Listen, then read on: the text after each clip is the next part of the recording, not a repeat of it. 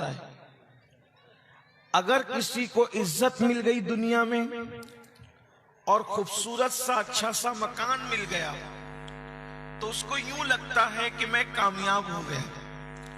हालांकि यहाँ की इज्जत वो भी फानी है और यहाँ का मकान भी फानी है। आप कितना ही अच्छा मकान बना ले, खूबसूरत मकान बना ले, लेकिन एक दिन उस मकान को छोड़ करके जाना है। और यहाँ कितनी इज्जत कमा ले, बड़े बड़े इज्जत वाले, बड़े बड़े खतीब इज्जत वाले, बड़े बड़े शयूख इज्जत वाले, बड़े बड़े नात खान इज्जत वाले, बड़े बड़े कव्वाल इज्जत वाले, बड़े बड़े गाना गाने वाले, जिन्हें लोग बहुत इज्जत वाला समझते, जब वो मरते हैं तो फिर बहुत से लोग ऐसे होते हैं कि जो उनकी कब्र पर कोई फातिहा पढ़ने वाला भी नहीं होता, जिनके नाम के नारे लगते हैं। बल्कि मरने की तो बात जाने दीजिए, बेशुमार ऐसे लोग होते हैं सिर्फ बीमार पड़ जाएं और वो अपने फन से, अपनी फील्ड से दूर हो जाएं तो भी लोग उनको भूल जाते हैं, फरामोश कर देते हैं। ये दुनिया की इज्जत है जिसके लिए इंसान मारा मारा फिरता है, कोशिश करता है। दुनिया का मकान है, दुनिया की रोजी रोटी है, उसके लिए इंसान रातों दिन मेहनत करता है, कोशिशें करता है, काविशें करता है। इज्जत के लिए कोशिश करना भी चाहिए, मकान के लिए कोशिश करना भी चाहिए, रोजी रोटी के लिए कोशिश करना भी चाहिए, सब अपनी जगह है। लेकिन मेरे भाइयों, आज एक ऐसा नुस्खा लेकर हम आपकी बारगाह में आए हैं कि आप अगर उस पर अमल कर तो इंशाअल्लाह आपको सिर्फ दुनिया में नहीं, दुनिया में तो इज्जत मिलेगी ही मिलेगी, लेकिन अल्लाह आखिरत में भी आपको इज्जत अता फरमाएगा और अल्लाह आपको जन्नत में दाखिल करने का वादा फरमा रहा है। इसलिए कि ये नुस्खा हमारे अपने घर का नहीं है, ये नुस्खा हमारे अपने असातिज़ा का नहीं है, बल्कि ये नुस्खा अल्लाह रब्बुल इज्जत के कुरान में मौजूद है। हमें करना क्या है? अल्लाह अकबर, एक काम करना है, बस एक काम कर लो।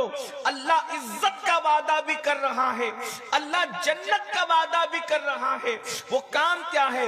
कितना आसान है जन्नत में जाना, कितना आसान है जहन्नम से बच जाना, लेकिन इंसान उसके बावजूद भी इल्म न होने की वजह से गफलत का शिकार है। इंसान जो है, अल्लाह अकबर, गफलत का शिकार होकर, दीन से दूर होकर अपने आप को तबाह और बर्बाद कर रहा है। जन्नत कैसे मिलेगी? जन्नत में कैसे जाओगे? हमारे उलमा और मशाइख से स्टेज जो है वो भरा हुआ है।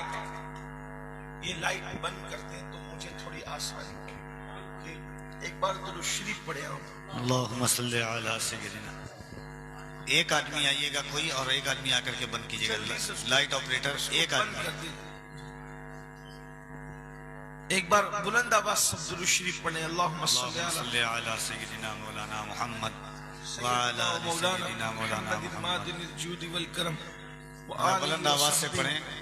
वबारिक वसल्लिम सलातन व सलाम। अल्लाहुम्मा सल्ली अला सय्यिदिना मौलाना मुहम्मद व अला आलि सय्यिदिना मौलाना मुहम्मद व अला आलि सय्यिदिना मौलाना मुहम्मद। उसको हटा दीजिए हज़रत, उसको हटा दीजिए, उसी में है। अरे बाप रे, उसको वैसे रहने दीजिए ना, उसमें से ज्यादा निकल जाएगा, उड़ता रहेगा।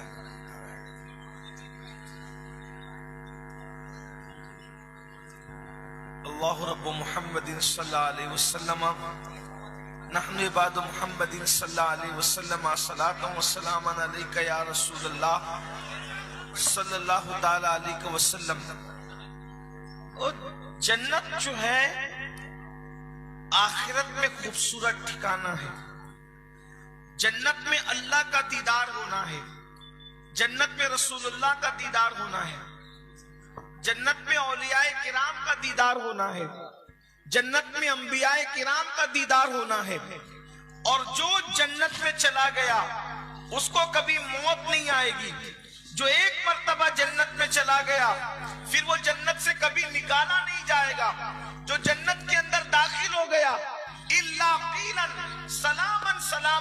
उस पर सलामती ही सलामती है। जो जन्नत में दाखिल हुआ अल्लाह उसको सलाम फरमाएगा, फरिश्ते उसको सलाम करेंगे। लेकिन जन्नत है कितनी सस्ती, एक ही काम करना है। कुरान कह रहा है बड़ी माजरत के साथ, जन्नत में जाने के जो नुस्खे तुमने अपनी तबीयतों से खुद ईजाद कर रखे हैं उससे जन्नत नहीं मिलेगी। जन्नत अल्लाह रब्बुल इज्जत के बताए हुए तरीके पर मिलेगी। कैसे जन्नत मिलेगी? तो कुरान एक ही नुस्खा अता करता है। अल्लाह इरशाद फरमाता है, इन तजतनिबु कबाइर मा तुनहाउना अन, अगर तुम अपने आप को बचा लो गुनाहे कबीरा से, बड़े गुनाहों से, अगर तुम अपने आप को बचा लो और तुम बड़े गुनाहों से बच जाओ, तो अब अल्लाह रब्बुल इज्जत फरमा रहा है कबीरा गुनाहों से, बड़े गुनाहों से बचोगे तो अल्लाह पाक इरशाद फरमाता है वनुकफ्फिर अन्कुम सय्यिआतिकुम, तो जो तुम्हारे दूसरे गुनाह बड़े गुनाहों के अलावा जो छोटे गुनाह है अल्लाह यूं ही उसको माफ कर देगा। अल्लाह रब्बुल इज्जत उसको बख्श देगा। वनुदखिलकुम मुदखलन करीमा, और अल्लाह तुम्हें इज्जत की जगह जिसको जन्नत कहते हैं उस जन्नत में अल्लाह तुमको दाखिल फरमा दे। सुभान अल्लाह, सुभान अल्लाह। बड़े गुनाहों से बचो, गुनाहे कबीरा से बचो। अल्लाह छोटे गुनाहों को माफ करके इज्जत के ठिकाने में तुम्हें दाखिल करेगा, जन्नत में दाखिल फरमाएगा। अब बड़े गुनाह क्या है याद रखें। बाज लोगों ने कहा 7 बड़े गुनाह है, बाज लोगों ने कहा 10 बड़े गुनाह है, बाज लोगों ने कहा 70 बड़े गुनाह है, बाज लोगों ने कहा 700 बड़े गुनाह है। अल्लाह अकबर। लेकिन एक बात मैं आपसे कह दूं, मुझे एक बात बड़ी खूबसूरत लगती है। सैयदना मौलाए कायनात करमल्लाहु ताला वजहुल करीम की आप इरशाद फरमाते हैं, छोटे बड़े गुनाह की बात छोड़, बात ये है कि तू नाफरमानी किसकी कर रहा है। अल्लाह अकबर। तू इतने बड़े रब की नाफरमानी कर रहा है, अगर गुनाह छोटा भी हो तो अल्लाह अकबर, वो गोया के बड़े रब की नाफरमानी है। अल्लाह अल्लाह। मेरे आका सल्लल्लाहु अलैहि वसल्लम के दीवानों और सैयदना फारूक आजम रज़ी अल्लाह ताला अन्हु इरशाद फरमाते हैं कि गुनाह कोई भी हो, मुझे तो इतना समझता है इंसान कोई भी गुनाह करे उससे रसूलुल्लाह का दिल दुखता है, आका के दिल को तकलीफ पहुंचती है। अल्लाह अकबर। आज हम गुनाहों के अंदर डूबे चले जा रहे हैं। अब हम गुनाहों के नतीजे पर नजर नहीं रखते, गुनाहों के अंजाम पर नजर नहीं रखते। हैरत की बात यह है, अगर हाथ में छुरी हो तो इंसान छुरी को संभाल संभाल करके उससे फल काटता है कि मेरा हाथ न कट जाए। सामने आग जल रही हो उससे अपने आप को बचाने की कोशिश करता है। नादान इंसान, अगर छुरी से हाथ कटेगा तकलीफ जरूर होगी, लेकिन तू हमेशा के लिए बर्बाद नहीं होगा। दुनिया की आग की चिंगारी अगर तेरे जिस्म पर आ गई, छाला तो आएगा, लेकिन तू हमेशा के लिए बर्बाद नहीं होगा। मगर ये गुनाह तुझे और तेरी नस्लों को बर्बाद कर रहे हैं। आओ हदीस रसूल सुनो। अपने बच्चों के मुस्तकबिल को तबाह करने वालों, माँ बाप के गुनाह बच्चों को तबाही के दहाने पर ले जाते हैं, बच्चों को बर्बादी के दहाने पर ले जाते हैं। ओ माँ बाप, तुम कैसे माँ बाप हो? अपने बच्चों की दुनिया की राहत के लिए अपना वतन छोड़कर कोई कलकत्ता कारोबार के लिए जा रहा है, कोई दिल्ली कारोबार के लिए जा रहा है, कोई मुंबई कारोबार के लिए जा रहा है। बताओ, वतन छोड़ करके बेवतन दर दर भटकने वालों क्यों भटक रहे हो? इसीलिए ना कि तुम्हारे बच्चों का मुस्तकबिल अच्छा हो जाए, तुम्हारे बच्चों का मुस्तकबिल बेहतर हो जाए। मगर सुनो, अगर तुमने दौलत जमा कर ली तो बच्चों का मुस्तकबिल बेहतर नहीं होगा उससे, क्योंकि अल्लाह पाक इरशाद फरमा रहा है। दिल के कानों से हदीस सुनना, पूरी तकरीर याद रहे न याद रहे, ये हदीस दिल पर लिख कर ले जाना। अल्लाह रब्बुल इज्जत खुद फरमाता है, हदीस कुदसी है कि जब बंदा मेरी इताअत करता है, मेरी फरमा बरदारी करता है, यानी नेक अमल करता है, अल्लाह फरमाता है मैं उससे राजी हो जाता हूँ और उसको बरकत अता करता हूँ और अल्लाह की बरकत कभी खत्म होने वाली नहीं है। बरकत कैसे मिलेगी? तावीज़ात से नहीं। बरकत कैसे मिलेगी? सिर्फ किसी का चेहरा देखने से नहीं। बरकत कैसे मिलेगी? सिर्फ बुजुर्गों के हाथ चूमने से नहीं। अल्लाह फरमा रहा है, इसका मतलब ये नहीं कि मैं आपको मना करने आया कि बुजुर्गों के हाथ ना चूमो, ऐसी बात नहीं। चूमो, तावीज़ात भी लो, बुजुर्गों की ज़ियारत भी करो, लेकिन असल बरकत कहां से मिलेगी? अल्लाह फरमा रहा है, जब तुम मेरी फरमा बरदारी करके मुझे राजी करते हो। अल्लाह अल्लाह, जब तुम मेरी फरमा बरदारी करके तुम मुझे राजी करते हो तो मैं तुम्हें ना खत्म होने वाली बरकत अता करता हूं। सुभान अल्लाह, कभी खत्म नहीं होगी बरकत, नस्लों तक बाकी रहेगी, सदियों तक बाकी रहेगी। और फिर दूसरा रुख सुनो, फिर अल्लाह फरमाता है, जब कोई मेरी नाफरमानी करता है और जब कोई गुनाह करता है तो मैं उससे नाराज हो जाता हूं। तवज्जो करना, अपने बच्चों की शक्ल अपने जहन में लाओ, अपने पोता पोतियों की शक्ल अपने जहन में लाओ, अपने नवासे नवासियों की शक्ल अपने जहन में लाओ। अल्लाह फरमा रहा है, सच्चा खुदा फरमा रहा है, जब तुम मेरी नाफरमानी करते हो तो मैं तुमसे नाराज हो जाता हूं और फिर तुम पे लानत करता हूं, लानत। और वो लानत तुम्हारी 7 पुश्तों तक बाकी रहती है। अल्लाह अकबर। पूछो इन उलमा से, लानत का मतलब क्या है? एक आम आदमी की लानत तुम पे पड़ जाए तो तुम अल्लाह की रहमत से दूर हो जाओ। जब अल्लाह की लानत तुम पे पड़ेगी और तुम्हारी 7 पुश्तों तक पड़ेगी तो फिर तुम्हें रहमत कैसे नसीब होगी? तुम रहमत इलाही के मुस्तहिक कैसे होंगे? अल्लाह अकबर। पता चला गुनाहों से 7 पुश्तों तक लानत पहुंचती है, 7 पुश्तें बर्बाद होती है, 7 पुश्तें तबाह होती है। ऐ मुसलमानों, इसीलिए अल्लाह फरमा रहा है, गुनाह कबीरा से बचो। अब गुनाह कबीरा क्या है? जितनी वक्त में गुंजाइश है, 1 घंटे का वक्त मेरे पास था जिसमें से 10-15 मिनट का वक्त जा चुका है। 40-45 मिनट के टाइम में अब मैं आपके सामने जल्दी जल्दी गुनाह कबीरा की फहरिस्त पढ़ता हूं। ये गुनाह कबीरा क्या है ताकि आप हम उससे बच सके। सबसे पहले गुनाह कबीरा, अल्लाह अकबर, जो सबसे बड़ा अकबरुल कबायर है, यानी सबसे बड़ा गुनाह है।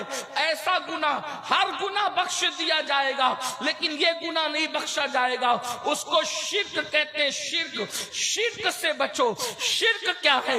अल्लाह के अलावा, अल्लाह रब्बुल इज्जत के अलावा किसी और की इबादत करना, ये शिर्क है। जो चीजें अल्लाह के लिए खास है उसमें किसी को शामिल करना, ये शिर्क है। शिर्क, और शिर्क सारे कबीरा गुनाहों में सबसे बड़ा कबीरा गुनाह है।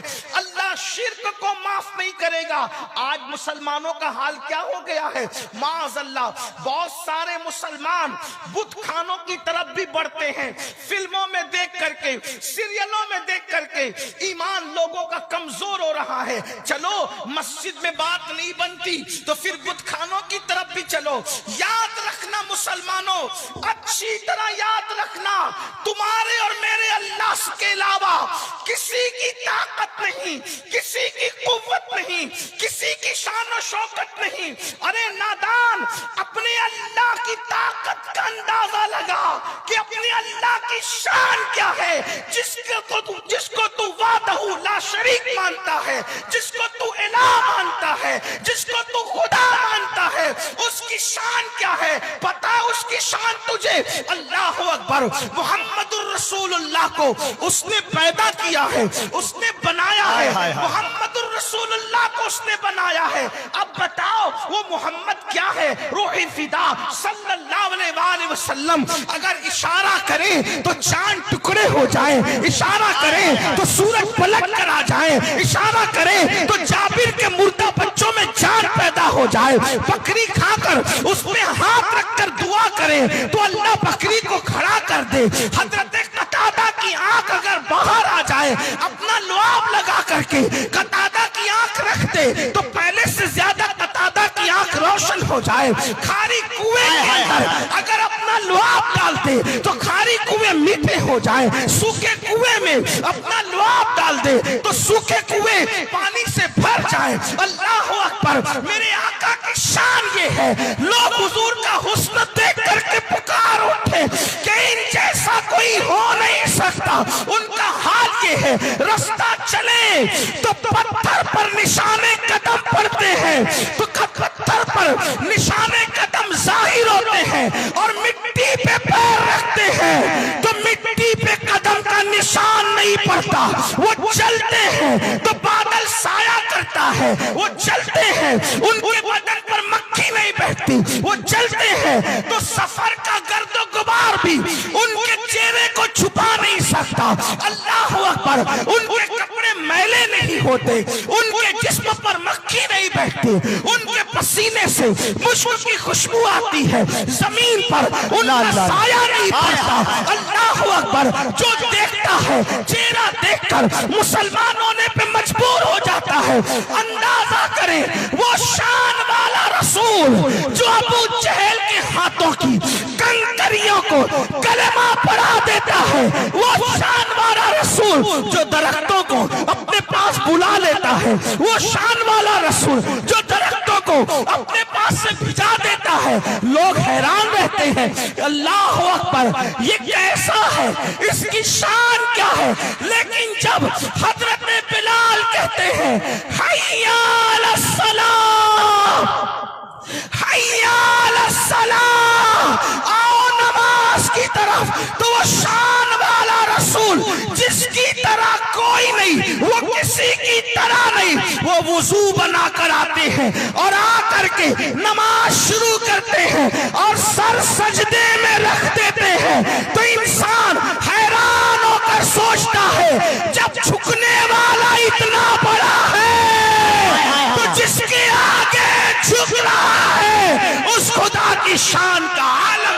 नारे तकबीर, दोनों हाथों को उठा ले, नारे तकबीर, नारे रिसालत, अज़मते मुस्तफा, शाने मुस्तफा, रिफाते मुस्तफा, शरीयते मुस्तफा, रिफाते मुस्तफा। अपने अल्लाह की शान को पहचानो।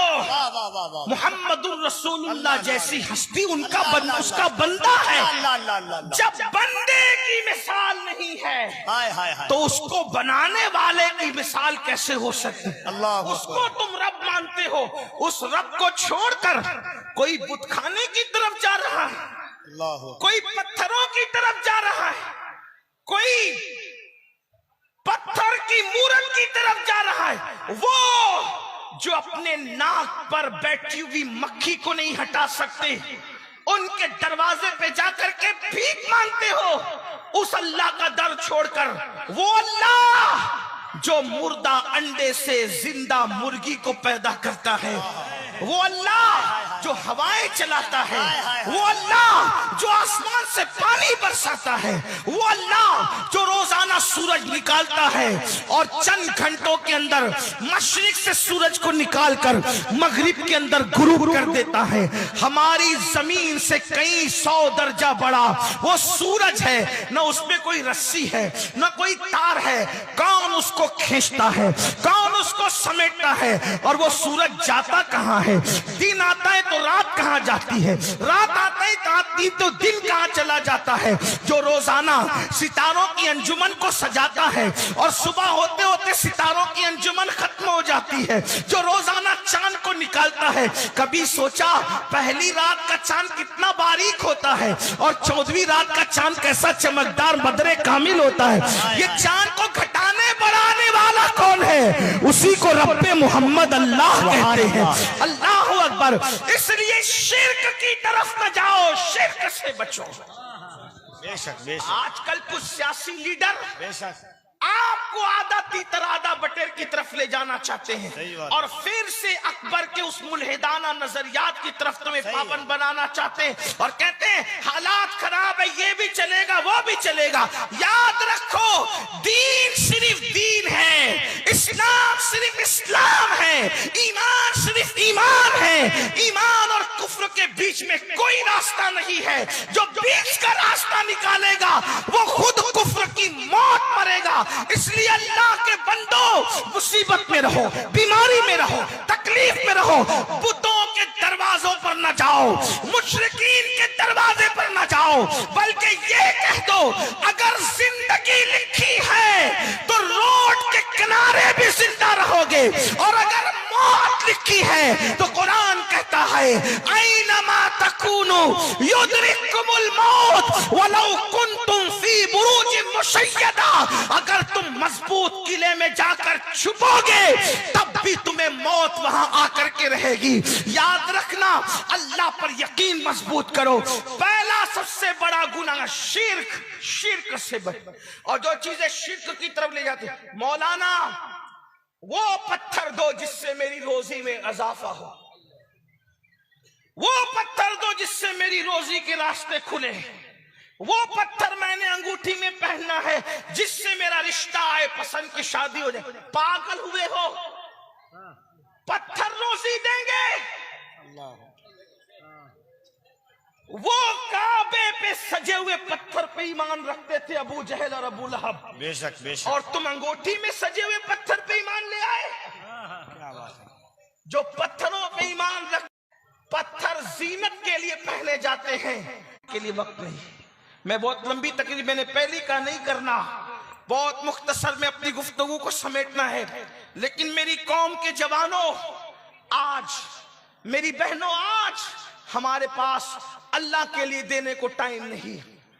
आप मुझे बताएं, फिलिस्तीन के हाल पे रो रहे हो, बैतुल मक़दिस के हाल पे रो रहे हो, दुनिया के हालात पे रो रहे हो, क्यों रो रहे हो? आपके पास अल्लाह को देने के लिए टाइम नहीं, बेवफा इंसानों के लिए टाइम है, गद्दारों के लिए टाइम है, बेवफाओं के लिए टाइम है, मुजरिमों के लिए टाइम है। अल्लाह के लिए जिसने वफा पैदा किया उसके लिए टाइम नहीं। ये जो दोस्त तुम्हारे हैं, दोस्त जिन्हें आप बहुत मुंह भर के दोस्त कहते हो, पहली बात तो मैं समझता हूं कि दोस्त तो मिलेंगे कितने। एक बात सच्ची सच्ची कहूं, इमाम हुसैन को करोड़ों में चंद के सिवा दोस्त ना मिले तो तुझे क्या दोस्त मिलेंगे? आज की दोस्ती तो चाय के लिए है, आज की दोस्ती तो खान पान के लिए है, आज की दोस्ती तो दौलत और जायदाद की बुनियाद पर है। दोस्त होते कहाँ है? अरे नादान, अल्लाह ने अपनी पूरी मखलूक में कितनों को दोस्त बनाया, जरा वो तो देख। अरबों खरबों में कितने दोस्त बने वो तो देख। जब अल्लाह के दोस्त इतने महदूद है तो तेरे दोस्त कितने होंगे? मखलूक अल्लाह की सब है, बंदे सब हैं, लेकिन अल्लाह ने सबको दोस्त नहीं बनाया, बल्कि वो अपने दोस्तों की डेफिनेशन बयान करता है। अला इन्ना औलिया अल्लाह ला खौफुन अलैहिम वला हुम यहज़नून। आगा हो जाओ, जो अल्लाह के दोस्त हैं ना उन्हें खौफ है ना गम है। अब अल्लाह फरमाता है अल्लाह के दोस्त कौन है? अल्लदीना आमनू व कानू यत्तकून। अल्लाह के दोस्त वही लोग हैं जो ईमान लाते हैं और अल्लाह से डरते हैं, परहेजगारी इख्तियार करते हैं। लहुमुल बुशरा फिल हयातिद दुनिया व फिल आखिरा। उनके लिए बशारत दुनिया में भी है और आखिरत में भी उनके लिए बशारत है। हर इंसान अल्लाह का दोस्त नहीं होता। जब हर इंसान अल्लाह का दोस्त नहीं होता, नादान, जब सब अल्लाह के दोस्त ना बन सके तो सब तेरे दोस्त कैसे बन सकते हैं? ये जो दोस्त तेरे हैं, मैं ये नहीं कहता मेरे भाई की नफरत कर, लेकिन मरेगा तो ये तेरी मिट्टी देने के लिए भी नहीं आएंगे, तुझे कब्रिस्तान पहुंचाने तक भी नहीं आएंगे। जिनके साथ तू रात रात भर बैठता है, जिनके लिए तू कस्में खाता है, जिनके लिए क्या क्या करता है, और अल्लाह के लिए तेरे पास टाइम नहीं।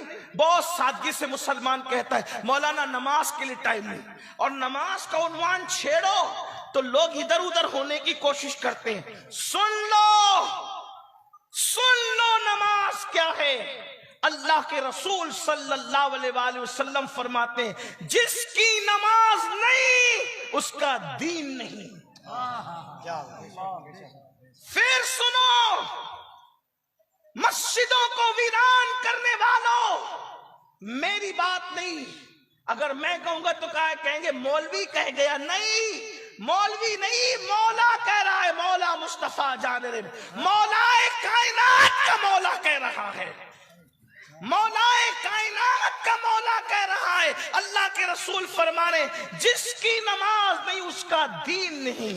सैयदना फारूक आजम रदी अल्लाह तबारक व तआला को जब जख्मी कर दिया गया कि जिस्म से खून निकलता रहता, बेहोशी की कैफियत रहती, जब होश में आती और नमाज का वक्त बताया जाता, फौरन नमाज पढ़ते, लोग कहते खून रिश्ता है पूरे जिस्म से। आप फरमाते, मैंने अल्लाह के रसूल से सुना कि जिसने नमाज छोड़ दी दीन में उसका कोई हिस्सा नहीं है। अल्लाह के रसूल अलैहिस्सलाम ने इरशाद फरमाया, जो नमाज जानबूझकर छोड़ देता है अल्लाह की पनाह से वो बाहर निकल जाता है, अल्लाह की अमान से वो बाहर निकल जाता है, अल्लाह के जिम्मे करम से वो बाहर निकल जाता है। और मेरे आका फरमाते हैं, जिसने फजर की नमाज अदा की वो शाम तक के अल्लाह के जिम्मे करम पर रहता है, अल्लाह की करम की चादर में रहता है। याद रखना मेरे भाइयों, अपनी ताकत और कुव्वत पर गुरूर करने वालों, अपनी कुव्वत पर नाश करने वालों, अपनी जवानी पर घमंड करने वालों,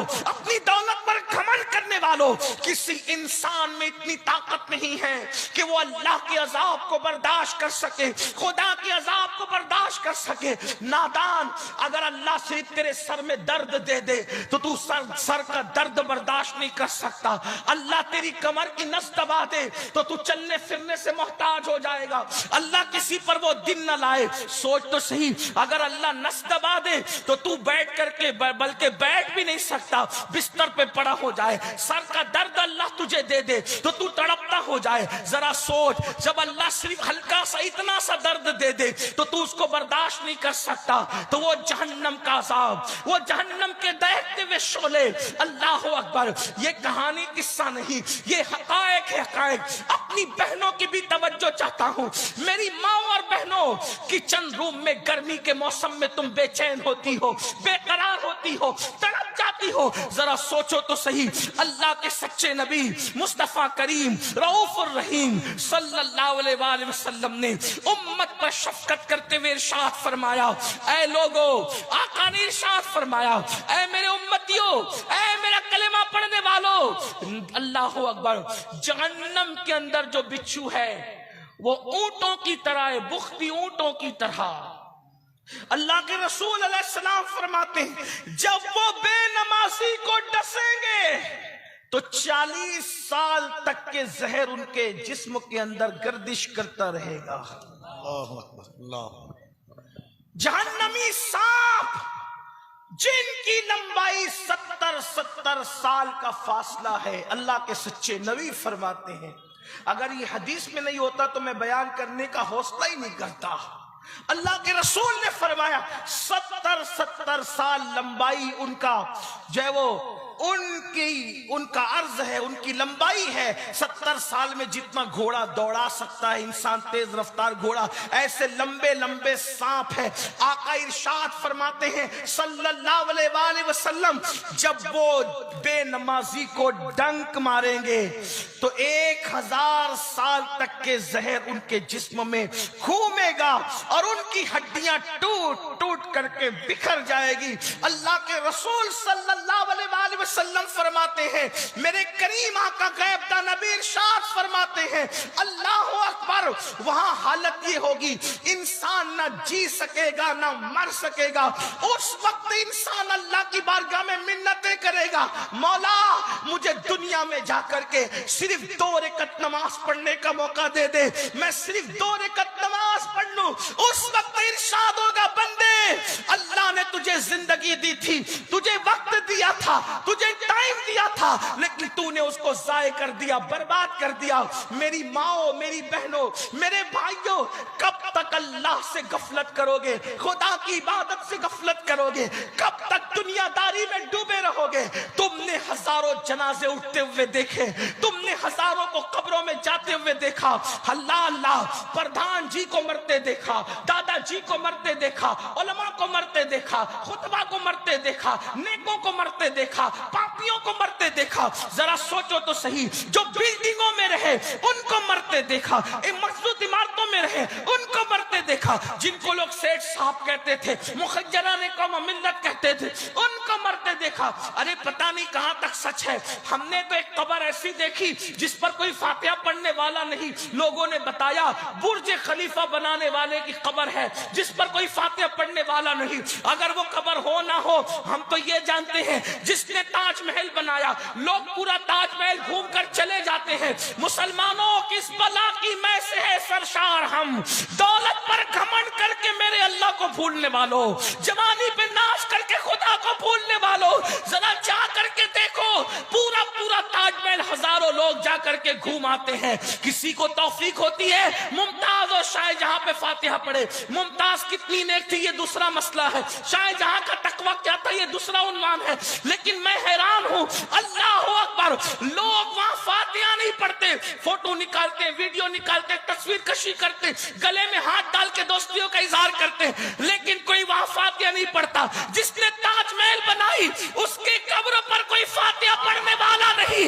और जिसका कोई महल क्या झोपड़ा भी नहीं था, उस गरीब नवाज के मजार पे हजारों का मजमा ठाटे मारता नजर आ रहा है। लोग फातिहा पढ़ने के लिए बेचैन है। क्या पता चला जो अपने लिए जीते हैं वो अगर बड़े से बड़े गुंबद में भी दफन हो जाए, कोई याद नहीं करता। जो यार के लिए जीते हैं उनके नाम पे हजारों की महफिलें इकट्ठा होती।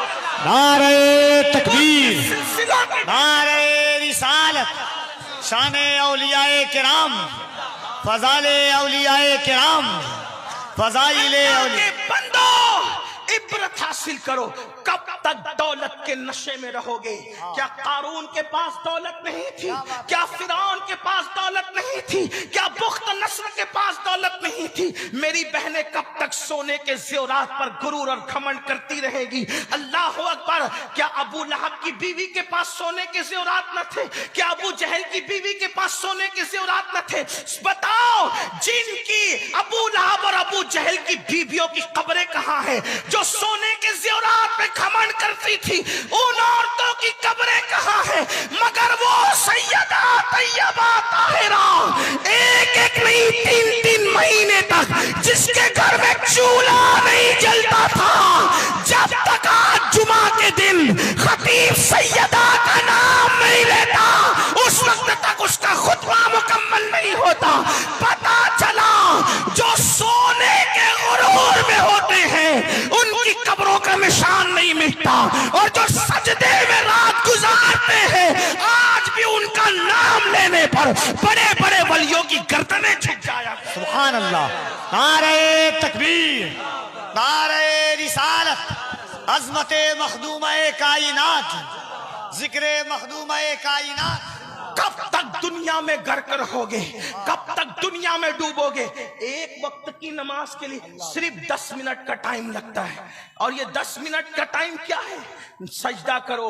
अरे जिस सजदे की बरकत से अल्लाह मिलता है, कौन सी दौलत नहीं मिलेगी, कौन सी ताकत नहीं मिलेगी। मेरी कौम की बच्चियां हमसे कहलवाती हैं, जरा सैयद से कहना रिश्ते नहीं आते। मैंने कहा मेरी बहन मुझसे क्या कहती है?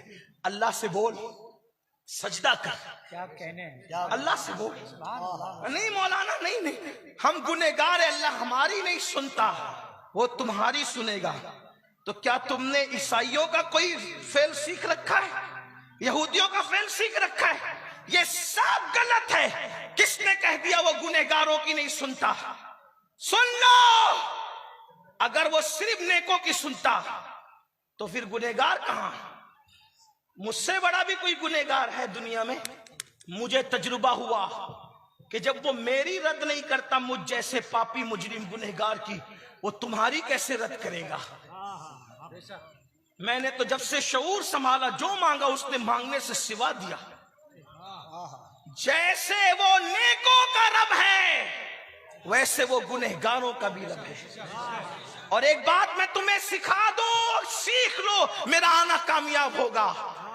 दुआ की कबूलियत के लिए नेक होना जरूरी नहीं है। तवज्जो, दुआ की कबूलियत के लिए नेक होना जरूरी नहीं है, दुआ की कबूलियत के लिए अल्लाह पर यकीन होना जरूरी है। वाह वाह वाह वाह वाह वाह वाह। वाह वाह वाह वाह वाह वाह वाह वाह जब यकीन से मांगोगे वाह वाह वाह कितने भी बड़े पापी हो तुम्हें अता करेगा। अल्लाह अल्लाह यकीन चाहिए। बताऊं शैतान से बड़ा भी कोई पापी है? शैतान की कबूल की कि नहीं की?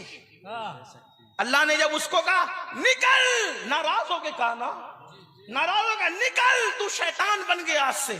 जिस दिन शैतान बना उस दिन क्या मांगा? रिश्ता, रोजी रोटी नहीं, इतनी बड़ी चीज मांगी कि किसी ने नहीं मांगी। क्या? अल्लाह मुझे कयामत तक की उम्र दे, कयामत तक की उम्र दे। अल्लाह ने कहा जा दिया। तवज्जो है आपकी? जी बिल्कुल आता है। क्या कहा? जा दिया। जो शैतान को महरूम ना करे वो महबूब की उम्मत को महरूम करेगा। मांग कर तो देख, मांग, तेरे पास टाइम नहीं है, उसको देने के लिए है। हम तो माइल बकरम है, कोई साइल ही नहीं, राह दिखलाए किसे राह रवे मंजिल ही नहीं। बंदे जरा गिड़गिड़ा के देख, अच्छी तरह वुजू कर, 2 रकत नफिल पढ़ और फिर गिड़गिड़ा रो, फिर देख कैसा मजा आता है, कैसे उसके करम के दरवाजे खुलते हैं। लेकिन ये तुमने नहीं सीखा। तुम तो माज़अल्लाह ये चाहते हो दुआ भी हजरत करें, वजीफा भी हजरत पढ़ें, सब हजरत करें और नेमतें मुझे मिले। ये सब मत करो, हंसने की बात नहीं है, सुधरो, सौरो। अपने अल्लाह से कब तक दूर भागोगे? रिश्ता जोड़ो अल्लाह से, अल्लाह के करीब आओ। और याद रखना, सबसे दोस्ती करना मुश्किल है, रब से दोस्ती करना बहुत आसान है। ये मेरे अजीज भाई मौलाना कफील अंबर साहब अच्छे बेहतरीन नाजिम है। हाथ मिलाना मुश्किल है, हाथ मिलाना मुश्किल है ना इनसे। ये उलमाए किराम, इनके करीब आना मुश्किल है, अपने जैसे इंसान है ना। हाँ, ये मौलाना बैठे हुए हमारे साथ मुंबई से, हाफिज साहब हमारे बड़े मुखलिस है। आप करीब आना चाहे तो कितना मुश्किल, पहले कफील भाई के घर का पता, फोन नंबर, ये वो क्या क्या करें। लेकिन अगर अल्लाह से मिलना हो तो अल्लाह से बात करना कितना आसान कर दिया हुजूर ने तुम्हारे लिए। वुजू करो, वुजू करो अच्छे से, नमाज के लिए खड़े हो जाओ, और जब तुम तिलावत करना शुरू कर दिए समझ लो तुम्हारी गुफ्तगू अल्लाह से शुरू। सुभान अल्लाह, सुभान अल्लाह। हाथ उठा के तुमने दुआ शुरू कर दी, अल्लाह से तुम्हारी मुनाजात और गुफ्तगू अर्ज मारूफ शुरू हो गया, आंसू बहने लगे, करम मुतवज्जे हो गए। बताए अल्लाह कैसे मुतवज्जे होता है? कफील भाई को, मौलाना को, पीर साहब को कहा हजरत इधर देखे ना, हजरत इधर देखे ना, हजरत इधर देखे ना। हजरत की तवज्जो मैं किसी को टारगेट नहीं कर रहा हूं, सिर्फ आपको अल्लाह की तरफ बुलाना चाहता हूं। गलती हो तो माफ कर देना, लेकिन मेरी नियत किसी को जलील करना नहीं। लेकिन ये बात को, हजरत की तवज्जो कभी मालदार की तरफ है, हजरत की तवज्जो कभी सेठ साहब की तरफ, इसकी तरफ, उसकी तरफ। हाँ, आपका नसब देख रहे हैं, ये देख रहे हैं, वो देख रहे हैं, लेकिन अल्लाह को मुतवज्जो करने के लिए सिर्फ आपकी आंख से आंसू बहना शुरू हुए, अल्लाह की रहमत कहती है। एक बार बंदा कहता है या अल्लाह, 3 मरतबा अल्लाह की रहमत कहती है लब्बैक या अब्दी, लब्बैक या अब्दी, लब्बैक या अब्दी। मेरे बंदे में हाजिर हूं, मेरे बंदे में हाजिर हूं, मेरे बंदे में हाजिर हूं। मांग तो सही, तुझे चाहिए क्या चाहिए, मांग तो सही। अल्लाह अकबर, ना अमीर देखते हैं, ना गरीब देखते हैं, ना छोटा देखते हैं, ना बड़ा देखते हैं, ना शराबी देखते हैं, ना जुआरी देखते हैं, ना कबाबी देखते हैं, कुछ नहीं, सिर्फ कोई पुकार कर तो देखे, एक बार पुकार कर तो देखो। एक बात बताऊं, बहुत अच्छी बात याद आई। एक शख्स बहुत परेशान हुआ, मुसीबत में गिरफ्तार हुआ, तकलीफ में मुब्तला हुआ। सोचो चलो अपनी बिगड़ी बनाने के लिए यहाँ गया वहां गया, ईसाइयों के इबादत खाने में, यहूदियों के इबादत खाने में, मुशरिकों के इबादत खाने में, और सबके तरीके पे उनके माबूद को पुकारा, कोई जवाब ना आया। लेकिन जब मुसलमानों की इबादत खाने की तरफ आया तो कहा कैसे पुकारूं, तो कहा बोल या अल्लाह। जैसे कहा या अल्लाह, आवाज आई लब्बैक लब्बैक लब्बैक या अब्दी। फरिश्तों ने कहा इतना बड़ा पापी था, लेकिन फिर पुकारा तो इतनी 3 मरतबा जवाब देते हैं। तो जवाब आया, अगर मैं ना जवाब दूं तो झूठे और सच्चे खुदा में फर्क क्या रह जाएगा? नारे तकबीर, नारे रिसालत, अज़मते खुदाबंदी। आओ अपने अल्लाह से रिश्ता जोड़ो, करीब आओ अल्लाह, और सजदा सबसे बेहतरीन तरीका है। कोई ये कहते मुझे तो कुछ नहीं आता, मैंने कहा वहां कुछ आना भी नहीं देखा जाता, वहां तो दिल की कैफियतें देख। इन्नल्लाह ला यंजुरु इला सुवरिकुम व इला अमवालिकुम वलाकिन यंजुरु इला कुलूबिकुम। ना वो तुम्हारे चेहरे देखता है ना तुम्हारा माल देखता है, वो तो तुम्हारा दिल देखा करता है। बंदे तू पुकार कर तो देख, तूने आज तक उसको पुकारा नहीं। पुकार, दिल से पुकार, यकीन से पुकार। बात गरीब नवाज की चल रही थी। बात है कबील भाई, वो करामत पर लोगों को बड़ा एतराज है। गरीब नवाज की करामत पे लोग हंसते हैं। इस पर औरंगजेब गरीब नवाज की बारगाह में आए। तवज्जो आपकी, आपको मेरी बात सर पे से तो नहीं जा रही है ना? वैसे मैं भी देहाती आदमी हूं, तो देहाती लोगों को देहाती की बात कुछ समझ में आ सकती है। मैं कोई पढ़ा लिखा आदमी नहीं, उलमा की जूतियां सीधी करने वाला बंदा देहाती आदमी। लेकिन आपको अगर बात समझ में आ रही हो तो आप मेरी तरफ मुतवज्जो रहे। औरंगजेब मजार पर गए, गरीब नवाज के मजार पर। इसका मतलब यह है कि 1857 से पहले बादशाह भी मजार वाला था और रियाया भी मजार वाली थी। क्या बात है हज़रत। 1857 के बाद नजरियात बदले। फिर ये हुआ कि जो तख्त पर बैठे फिर वो भी बागी थे और कुछ लोग भी बागी पैदा हो गए, उन्होंने बागी पैदा कर दी। फिर मजार को मिट्टी का ढेर कहना शुरू किया। बहरहाल अल्लाह गुनमान है। तो औरंगजेब ने वहां देखा कि वहां कुछ अंधे बैठे। कौन बैठे? अंधे। और अंधे बैठे हुए और वो कहते ख्वाजा आंख दे दे, आंख दे दे, आंख दे। सरकार औरंगजेब आलमगीर ने उन अंधों को गरीब नवाज से आंख मांगते देखा तो उन अंधों को धमकी दी कि मैं फातिहा पढ़ने जा रहा हूं, अगर मेरे फातिहा पढ़ने तक तुम्हें आंख नहीं मिली तो मैं तुम सबको कत्ल कर दूंगा। ए औरंगजेब, ये तेरा दस्तूर हमें समझ में नहीं आया। आंख मांगते ख्वाजा से तो धमकी तुझे जिससे मांग रहे उसको देना चाहिए, मांगने वालों का क्या कसूर है? बात समझ में आती है? जी जी हुजूर। लेकिन धमकी किसको दे रहे? जिसका कोई कसूर ही बजाहिर नजर नहीं आता। बजाहिर कह रहा हूं, बात समझाने के लिए कह रहा हूं, लेकिन बात है। धमकी किसको दी? औरंगजेब ने अंधों को दी। और गए फातिहा पढ़ने, वापस आए। जो बरसों से बैठ के आंख मांग रहे थे नहीं मिल रही थी, आज मिल गई आंख। धमकी अंधों को दी और आंख ख्वाजा गरीब नवाज ने दे दी। अच्छा, लोगों को यह भी लगा कि ये अभी शिर्क के खिलाफ तकरीर किया, अभी फिर शिर्क बका कि गरीब नवाज ने आंख दी। मैंने कहा तुझे नहीं पता, तुझे नहीं पता। जब हम कहते हैं ना कि डॉक्टर ने दवा दी तो मैं अच्छा हो गया, तो ये भी तो शिर्क हो सकता है ना? हो सकता है कि नहीं हो सकता है? हो सकता है। लेकिन तुम जैसे खप्तियों की नजर में हो सकता है और हम जैसे तौहीदियों की नजर में नहीं हो सकता। क्यों? वजह यह है कि जब कोई ये कहता है कि मैं अब्दुल हमीद डॉक्टर की दवा से अच्छा हुआ, तो हमें पता होता है कि वो मुसलमान के कहने का मतलब ये है डॉक्टर ने दवा दी, वो सबब बना, लेकिन अच्छा किसने किया? अल्लाह ने किया। ये बात होती है। तो जब डॉक्टर की दवा असर दिखा सकती है तो गरीब नवाज की दुआ असर नहीं दिखा सकती। क्या बात है। अल्लाह। तो डॉक्टर की दवा की बरकत से जब हम डॉक्टर का नाम लेते तो गरीब नवाज की दुआ की वजह से गरीब नवाज का नाम नहीं ले सकते? बिल्कुल ले सकते। बात समझ आती है? ये बात है। और हजरत आरिफ रूमी कहते हैं कि अब्दुल्ला की जबान से जो निकलता है उसको अल्लाह पूरा कर देता है। तो गोया कि अब्दुल्ला की बात अल्लाह ही की बात होती है। ये बात है कि नहीं है? ठीक है। अब क्या हुआ? बात जो थी, औरंगजेब की धमकी थी अंधों को, और आंख किसने दी? गरीब नवाज ने। या गरीब नवाज धमकी अंधों को मिली, आपने आंख क्यों दे दी? तो बात फलसफा ये समझ में आया कि वो अंधे जो थे ना वो कामचोर थे, क्योंकि गरीब नवाज के लंगर बट रहा था, खाते थे, मजा करते थे, इधर उधर देख के कहते थे आंख दे दे खाजा, आंख दे दे खाजा, दिल से नहीं मांगते थे। क्या बात समझ में आई? तो फिर जब औरंगजेब ने कहा अगर तुमको आंख नहीं मिली तो तुम्हें मार डालूंगा, कत्ल कर दूंगा, तो जब जान पे बनाई ना, अब इधर उधर देख के नहीं, पूरे यकीन से कहा अब तो जान जाएगी, आंख दे दे। तो जिस दिन यकीन से मांगा उस दिन गरीब नवाज ने उनको अता फरमाया। नारे तकबीर, नारे रिसालत। बात ये है। और फिर पुकारने वाला पुकार उठा, आला हजरत का तरबियत तरबियत याफ्ता उस्ताद ज़मान हजरत मौलाना हसन ख्वाजा हिंद, वो दरबार आला तेरा कभी महरूम नहीं मांगने वाला तेरा। वाह वाह वाह वाह। तो यकीन से मांगो, यकीन मजबूत करो, हो न मिलेगा मतलब मिलेगा। अल्लाह की चौखट से अपना रिश्ता मजबूत करो, सजदे के बगैर नहीं हो सकता।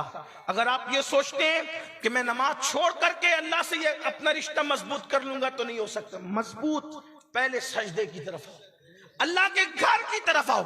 और एक बात मेरी याद रखना, अपने मसाइल का हल कल भी अल्लाह की चौखट पे था और आज भी अल्लाह की चौखट पर। जुड़ो अल्लाह से।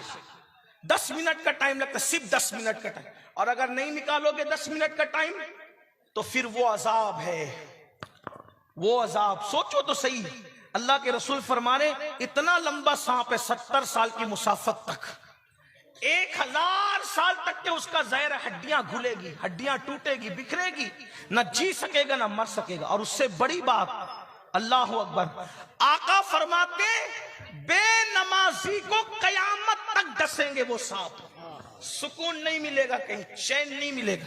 दुनिया की जिंदगी तो चंद दिन की है, चंद लम्हों की, चंद साथ की है। तो अल्लाह के बंदे तौबा करो, नमाजी बनो। तीसरा बड़ा गुनाह, गुनाह कबीरा, माँ बाप की नाफरमानी, माँ बाप को सताना। अब मैंने उसको नमाज के बाद इसलिए बयान किया कि कुछ लोग नमाज पढ़ते हैं लेकिन माँ बाप का ख्याल नहीं करते। तो पता है, जो नमाज पढ़े और माँ बाप का दिल दुखाए उसकी नमाज भी कबूल नहीं होती। अल्लाह के रसूल फरमाते जिससे माँ बाप राजी उससे अल्लाह राजी, जिससे माँ बाप नाराज उससे अल्लाह नाराज। आजकल नौजवान लड़कों का, लड़कियों का क्या हाल हो गया, उन्हें माँ बाप की कोई पड़ी नहीं, परवाह ही नहीं है उनको, माँ बाप की कुछ पड़ी नहीं, कोई परवाह नहीं उनको। क्या हाल है उनका, माँ बाप को बुड्ढा बुड्ढी, डोकरा डोकरी, पता नहीं क्या क्या कहते हैं और हंसते हैं। बीवी का मुंह देख लिया, माँ बाप से बगावत। और आजकल की लड़कियां और बच्चियां भी ऐसी है कि माँ अल्लाह, उनको सबसे ज्यादा बुरा कोई लगता है दुनिया में तो सास और ससुर बुरे लगते हैं। ऐसी औरतें अपना बहुत बड़ा नुकसान कर रही है। क्या नुकसान कर रही है पता है, अपने शौहर को वो जहन्नमी बना रही है। क्योंकि जब तू अपने शौहर को माँ बाप की बगावत सिखाएगी तो तेरा शौहर तो जहन्नमी होगा। तो अच्छी बीवी वो नहीं हो सकती जो शौहर को जहन्नमी बनाए। और फिर सुन लो, अल्लाह के रसूल ने फरमाया, अगर कौम की बेटियां यहां मौजूद है तो दिल के कानों से सुन लो। अल्लाह के रसूल फरमाते, कमा तदीनु तुदान, तुम जैसा करोगे वैसा भरोगे। आज तुम बहू हो, कल तुम सास बनोगी। अगर आज तुमने अपनी सास और ससुर की मुखालफत की, जब तुम सास बनोगी तो तुम्हारी बहू भी आने वाली तुम्हारी मुखालफत करेगी। उस बुढ़ापे में, कांपते हुए हाथ में, कांपते हुए वजूद में, जब तुम लोगों से शिकायत करोगी कि मेरी बहू तो मुझे खाना नहीं देती, तकलीफ पहुंचाती है, मैंने कोई ऐसी औरत नहीं देखा जिसने सास की खिदमत की और उसकी बहू उससे बगावत कर रही हो। जिसने सास की खिदमत की और उसकी बहू से ऐसी कोई औरत मैंने नहीं देखा। हमेशा बहुएं उस वक्त बगावत करती है जब तुम अपनी सास से बगावत करती, क्योंकि ये अल्लाह का कानून है, अल्लाह का कानून है। अल्लाह अकबर। तुम अगर किसी को अज़ियत दोगे, तकलीफ दोगे, तो तुम्हारे आने वाले उससे ज्यादा तुम्हें तकलीफ देंगे। ये कोई इंसाफ है कि तुम्हारे सास ससुर ने, जो तुम्हारी सास है, जब तुमको लाया तो कितने एहतिमाम से लाया। मैं तो कहता हूं यार, सास से जितनी मोहब्बत होनी चाहिए उससे उतनी किसी से नहीं होनी चाहिए, जितना ससुर से होना चाहिए उससे कितनी। तो कहा वो क्यों? मैंने कहा जरा सोच, जब तेरी सास ससुर ने तुझे अपने घर लाए तो इतने एहतिमाम से लाए कि अपने पीर को भी इतनी शान से अपने घर नहीं लाते। जब तुझे लाना हुआ तो मंडप लगाया, शामियाना लगाया, इतना खाना किया, इतना निकाह का एहतिमाम किया, ऐसी बारात निकाली, शान से लाया तुझे घर। और जो अपने घर में इतनी शान से तुझे लाए तू उसी को अपने घर से निकाल दे, ये जुल्म नहीं है? और याद रखना, हजरत अबू मूसा अशअरी जिस वक्त यमन के काजी बनकर मदीने से यमन जा रहे थे तो अल्लाह के रसूल ने उनको नसीहत की थी, ए अबू मूसा, बल्कि अबू मूसा नहीं, हजरत मुआज इब्ने जबल, मुआज बिन जबल जब यमन के काजी बन के जा रहे थे तो अल्लाह के रसूल ने मुआज इब्ने जबल से कहा, ए मुआज, मजलूम की बद्दुआ से बचना, क्योंकि मजलूम की बद्दुआ और अल्लाह के दरमियान कोई पर्दा और हिजाब नहीं होता। तो मजलूम अगर कुत्ता हो तो उस पर जुल्म करने से भी अजाब आता है, मजलूम अगर चिड़िया हो उस पर जुल्म करने से भी अल्लाह का अजाब आता है। अगर सास ससुर को तुम मजलूम बना दो, माँ बाप को तुम मजलूम बना दो, उन पे जुल्म करो तो कितनी तबाही आएगी। इसलिए मैं नौजवानों से कहता हूं, कितनी बड़ी से बड़ी नेमत को खोना हो तो माँ बाप के लिए खो दो, मगर माँ बाप को मत खोना, क्योंकि माँ बाप ऐसी नेमत है कि एक मर्तबा खो दो तो दोबारा वो नेमत नहीं मिल सकती। दोस्त तो खो दो, दोस्त तो मिलेगा। बच्चे मर जाए, अल्लाह ना करे, बच्चे फिर पैदा होंगे। इल्म चला जाए फिर हासिल होगा। दौलत खो दो फिर मिलेगी। बल्कि अगर इबादत भी खो जाए फिर इबादत मिल सकती है, लेकिन माँ बाप वो नेमत है, एक बार चली गई ना दोबारा नहीं मिल सकती। और जिसके दामन में माँ बाप की दुआ नहीं, वो दुनिया में कभी सुकून और चैन की जिंदगी नहीं गुजार सकता। माँ बाप की दुआ चोर को वली कुतुब बना दे, अब्दाल बना दे, और माँ बाप की बद्दुआ वलियों को भी विलायत से नीचे गिरा दे। आप क्या समझते हैं, बड़े बड़े वलियों की विलायत छिन गई माँ बाप की बद्दुआ से। हजरत फुज़ैल बिन अयाज वली बने, जब उनकी जिंदगी हमने पढ़ी तो कहा डाकू भी वली बनते हैं। तो उनकी मां की दुआ हमें नजर आई उनके पीछे कि जब वो डकैती करते थे तो उनकी मां दुआ करती थी, अल्लाह इसको सुधार दे। बिश्र हाफिज पूरी पूरी रात बगदाद के मैखानों में शराब पीते हुए पड़े रहते थे। हमने सोचा सिर्फ बिस्मिल्लाह का वरक उठा के भी कोई वली बनता है। आज भी तो लोग बिस्मिल्लाह के औराक उठाते हैं, वली क्यों नहीं बनते? तो पता चला जब वो मैखाने में होते थे तो बिश्र की माँ हाथ उठा के दुआ करती थी, अल्लाह मेरे बेटे को सुधार, उसको संवार दे। अल्लाह अल्लाह अल्लाह। हजरत उवैस करनी के पास अल्लाह के रसूल ने फारूक आजम को कहा कि मेरे उवैस से कहना कि मेरी उम्मत के लिए दुआ करे। मैं कहता हूं जाने दुआ जिससे दुआ करवाए। उवैस को ये मकाम मिला कैसे? तो आका ने फरमाया उसकी माँ की दुआ ने उसको इस मकाम पर पहुंचा। वाह वाह वाह वाह। माँ की दुआ से कोई उवैस बन रहा है, माँ की दुआ से कोई बिश्र हाफी बन रहा है, माँ की दुआ से कोई फुज़ैल बिन अयाज बन रहा है, माँ की दुआ से कोई मखदूम माइमी बन रहा है, माँ की दुआ से कोई सुल्तानुल आरिफीन बायज़ीद बुस्तामी बन रहा है, माँ की दुआ से कोई मखदूम अशरफ जहांगीर सिमनानी बन रहा है। ये माँ की दुआएं, माँ की दुआ किसी को गौसुल आजम दस्तगीर बना रही, माँ की दुआ किसी को ख्वाजा आजम बना रही। बल्कि एक बात आपसे कहूं, मैं कोई बहुत इल्म वाला इंसान नहीं, लेकिन आप कोई कामयाब आदमी की जिंदगी पढ़ो, मैं उसके पीछे मां साबित न करूं तो फिर क्या बात है। अल्लाह अल्लाह। बल्कि हमारे आका सल्लल्लाहु अलैहि वसल्लम को किसी की दुआ की जरूरत नहीं। लेकिन हुजूर अलैहिस्सलाम जब बचपने में है, हुजूर की अम्मी कहती थी अल्लाह मेरे लाल को उरूज अता फरमा। मैंने ऐसे लाल को पैदा किया है जिसकी वजह से मशरिक और मगरिब में मेरे डंके बचेंगे। आप बताएं तो सही, माँ किसके पीछे नहीं, माँ की दुआ। हालांकि कुछ हस्तियां ऐसे जिनको किसी की दुआ की जरूरत नहीं है, लेकिन बहरहाल कहीं ना कहीं माँ की दुआएं आपको जलवा अफरोज नजर आएगी। मेरे आका अलैहिस्सलाम के दीवानों, आज कोई मुंबई कमाने जा रहे, कलकत्ता जा रहे, सऊदी जा रहे, बीवी को फोन करेंगे, बच्चों को फोन करेंगे, सास ससुर को फोन करेंगे, बूढ़े माँ बाप इंतजार में होंगे मेरे बेटे का फोन तो आए। औलाद को फोन तक करने की तौफीक दी। इसीलिए मैं सोचता हूं, या अल्लाह जो औलाद जीते जी माँ बाप की दरियाफ्त न करे, माँ बाप का हाल दरियाफ्त न करे, माँ बाप का मिजाज दरियाफ्त न करे, वो मरने के बाद इनके लिए मगफिरत की दुआ क्या करें। एक सच्ची बात कह दूं, सुन्नियों की मजमे में जब ये बात कहता हूं तो बहुत बुरा लगता है मेरे सुन्नी भाइयों को, और मुझे तो मिलता ही सुन्नियों का मजमा। अल्हम्दुलिल्लाह मैं वो खुशनसीब हूं कि अहले मिंबर भी सारे सुन्नी होते और सुनने वाले भी सारे सुन्नी होते, है ना। अभी जब आएंगे उलमा जाएंगे उलमा तो आप धक्कम धक्की रेल पेल और एक दूसरे पे गिर पड़ोगे। क्यों क्यों? हजरत के हाथ चूमो, हजरत के, मैं कहता हूं हजरत के हाथ चूमो बाद में, पहले अपने माँ बाप के हाथ चूमो। माँ बाप को तरसाते हो, माँ बाप को तड़पाते हो। यहाँ जलसे में तकरीर अच्छी लगती है तो पैसा देते हो, नजराना देते हो, नाच सुनते हो तो नजराना देते हो, निजामत अच्छी लगती है तो नजराना देते हो, और घर से इस हालत में आते हो कि माँ ने कहा बेटा दवा खाना जाना है, जरा पैसे चाहिए, तो क्या कह कहते बस सब तुम्ही को दे दे, तुम्ही भी खर्चा करें और कहीं खर्चा ना करें। माँ बाप से अपनी दौलत छुपाने वालों, यहाँ क्या देते हो, यहाँ क्या देते हो? क्या रियाकारियों के दरवाजे खोल रखे हैं। मैं ये नहीं कहता कि हर देने वाला रियाकारी करता है, लेकिन याद रखना माँ बाप को तड़पा के और तरसा के यहाँ नजराना देने वालों, तुम्हारे नजराने तुम्हारे मुंह पे मार दिए जाएंगे।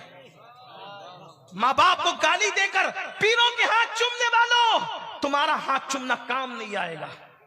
माँ बाप को गालियां देकर बुजुर्गों की चादरें चूमने वालों, तुमको चादरें चूमना काम नहीं आएगा। मुझे बाद में कितनी गालियां देना है दे लेना, लेकिन ये सच्चाई है। पहले माँ बाप को चूमो, माँ बाप पहले तुम्हारे मुर्शिद है। हम लोगों से पहले तुम्हारे मुर्शिद तुम्हारे माँ बाप है, क्योंकि हमें देखोगे क्या मिलेगा नहीं मिलेगा मुझे नहीं पता। मैं उलमाए किराम की तवज्जो चाहता हूं। हमें देखोगे, आप तायीद करोगे तो बोलूंगा, वरना मैं अपनी बात वापस ले लूंगा। हमें देखोगे, हमें देखोगे, आपको सवाब मिलेगा नहीं मिलेगा कोई गारंटी नहीं। वजह अल्लाह के रसूल ने आलिम को देखना इबादत है। तो जरूरी है कि अमीनुल कादरी को लोग अल्लामा कह रहे, कफील भाई अल्लामा कह रहे, तो अल्लाह भी उसको आलिम में शुमार कर ले। जरूरी है, जरूरी है। यही तो बात है ना, आलिम से मुसाफा करो तो हुजूर से मुसाफा करने का सवाब मिले। कोई जरूरी है अमीरुल कादरी कोई अल्लामा कह रहा है मोहब्बत में तो अल्लाह भी उसको आलिम शुमार करे? ये जरूरी है नहीं, लेकिन माँ बाप के लिए गारंटी है। उनके चेहरे को मोहब्बत से देखोगे तो अल्लाह तुम्हें मकबूल हज का सवाब अता फरमाए। तो डाउटफुल सवाब के चक्कर में पड़ते हो, वाह वाह वाह। और यकीनी कंफर्म जो सवाब है उससे पीछा छुड़ा रहे हो। मैं आपको उल्मा से वज़न करने नहीं आया, वल्लाह मेरी नियत पर आप शक न करें। आप हर आलिम की इज्जत करें, उससे पहले अपने माँ बाप की इज्जत करें। अपने उलमा की कदर करें, उससे पहले अपने माँ बाप की। जो माँ बाप का नहीं होता वो किसी का नहीं होता। और याद रखना, उनकी बातें उनके मुंह पे मारी जाए। सरकार गरीब नवाज का नाम खूब लेते हो ना, गरीब नवाज खुद फरमाते हैं, वो कहते हैं मैंने हदीस पढ़ी अपने नाना की कि कयामत के दिन एक बंदा होगा जिसका नाम आमाल पहाड़ों जैसी नेकियों से भरा होगा। वो पहाड़ों जैसी नेकियां लेकर आएगा। सुन लो मेरे भाइयों, गौर से सुन लो, मेरे नौजवानों गौर से सुन लो। आज तुम्हें टाइम नहीं है माँ बाप के पास बैठने के लिए, माँ बाप इंतजार करते। जैसे तुम बचपन में माँ बाप के लालची थे ना, आज बुढ़ापे में माँ बाप तुम्हारे लालची है। जैसे तुम बचपन में कहते थे ना मेरे अब्बा मेरी अम्मी, आज मेरे बूढ़े माँ बाप कहते मेरा बच्चा मेरा बेटा। उनको न सताओ, उन्हें न तकलीफ पहुंचाओ, उनका दिल न दुखाओ, तबाही होगी, बर्बादी होगी। कभी तरक्की नहीं मिली माँ बाप के सताने वालों को, कभी उरूज नहीं मिला, चंद दिन का उरूज होगा फिर हमेशा की तबाही होगी। ये मत समझना कि हम कुछ और देख रहे हैं। याद रखिए, अल्लाह की लाठी में आवाज नहीं है, कहने वाले ऐसा कहते हैं। अल्लाह का जब अजाब आता है तो फिर आता है, बर्बादी आती है तो आती है। और याद रखना, माँ बाप की बद्दुआ कभी ना कभी जरूर रंग लाती है। ना उनकी दुआ रद्द होती, ना उनकी बद्दुआ रद्द होती।